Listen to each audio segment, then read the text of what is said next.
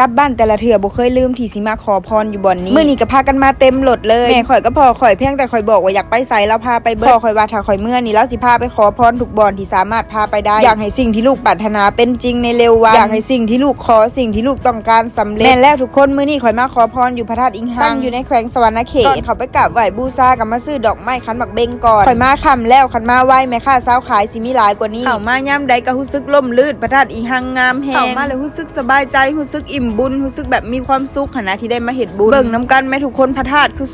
สวยงามแฮงอีหลีแสงยามตะเวนตกสะท้อนกับพระธาตุงามบ่ทุกคนก่อนสิกราบไหว้ก็มาโมเอาธูปเอาเทียนก่อนเด้อลูกสาวข่อยเฮ็ดหยังเต้นเยิบอยู่บนใต้ธูปเพิ่นก็ว่าแว่นละวะโมเอาธูปเอาเทียนแล้วก็ตามศรัทธาเลยเฮาอยากโมเท่าใดแล้วก็มาต่อธูปต่อเทียนอยู่บนนี้เลยรู้สึกภูมิใจมื้อนี้มัดผมให้ลูกสาวคืองามแฮงในวัดคือบ่มีไผเลยมีแต่ครอบครัวสุข่อยเพราะว่าค่ำแล้ววัดเพิ่นสิปิดประตูแล้วตอนนี้ก็เป็นเวลาประมาณ5:30นเกือบ6:00นใครอยากมากราบไหว้ขอพรข่อยแนะนำให้มาไวกว่านี้เด้ออย่ามาค่ำคือข่อยพรมื้อนี้บ่ขอหยังหลายขอเดียวเท่านั้นขอให้สมดังปรารถนาขอให้สมดังลูกหลานขอเด้อสาธุ